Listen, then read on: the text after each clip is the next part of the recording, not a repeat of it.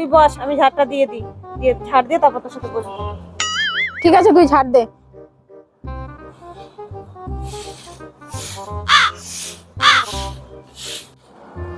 শাড়িগুলো প্রচুর দাম জানিস তো, একটাও কেনার মতো নেই।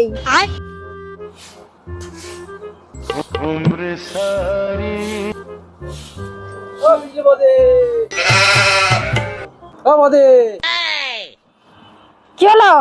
কি বৌদি, খুব তো তোমরা দুজন বলছিলে বিয়ে হবে না, এই বুড়োই থাকবি।